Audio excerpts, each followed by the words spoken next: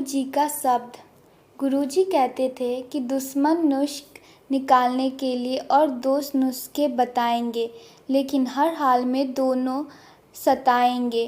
वे कहते थे कि दुश्मन आपके व्यक्तित्व को रद्दी समझेंगे और दोस्त भद्दी समझेंगे के कहेंगे, शौकीन बुढ़िया चटाई के लहंगा, क्या करे, सब चीज़ के साथ इंसानियत भी हो गई है महंगा। वे सामने वाले के मन में उमड़ते घुमड़ते विचारों को भांप लेते थे और पकड़कर उसके आस्तीन में छुपे सांप लेते थे। गुरुजी थे कमाल के आदमी, नब्ज पकड़कर बीमारियां जांच लेते थे। आज तो मशीन से जांचने के बाद भी बीमारियां का पता नहीं चलता। मुझे तो इस दुनियादारी का पता नहीं चलता। गुरुजी की आकाश से आने वाले प्रकाश को संश्लेषित कर जीवन की समस्याओं को विश्लेषित करते थे।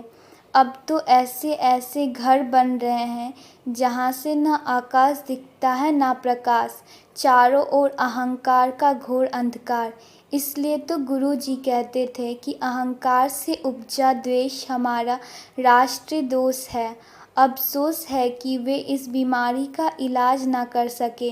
वे कहते थे कि पहले छोटे छोटे घर होते थे और आदमी का दिल बड़ा होता था। अब बड़े बड़े घर बन रहे हैं लेकिन आदमी का दिल छोटा हो गया है। इसलिए क्या मन खोटा हो गया है? दादाजी से ज़्यादा स्थायी पोता हो गया है। गुरुजी का एक एक शब्द एक एक सबक था। तो बानी गंगा जी का निर्मल पानी, अब तो गंगा मैली और मन कसैली। गुरुजी कहते थे कि पहले कुछ भी राष्ट्रीय नहीं था, फिर भी सब कुछ प्रिय था। अब तो फल फूल पशु पक्षी राष्ट्रीय है, फिर भी कोई प्रिय नहीं है।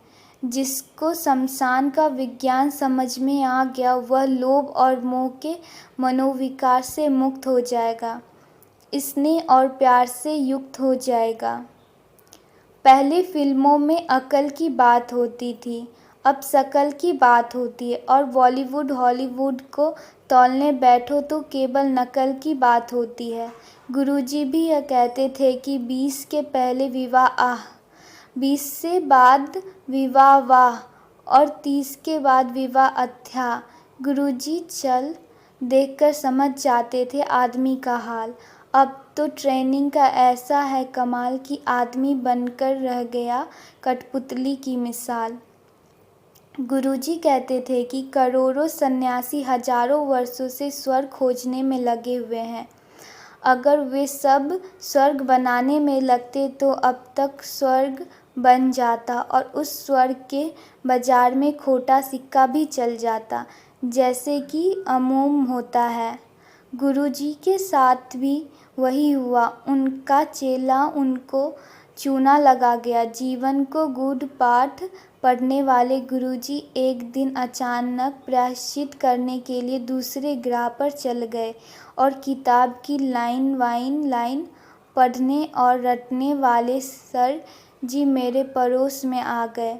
चलो सर जी की रटाने वाली काबिलियत में कम से कम मेरे मम्मी पापा तो खुश हैं। वैसे गुरुजी की तुलना गोविंद से होती थी, सर जी की तुलना तो सड़क छाप मजनू से भी नहीं होती है।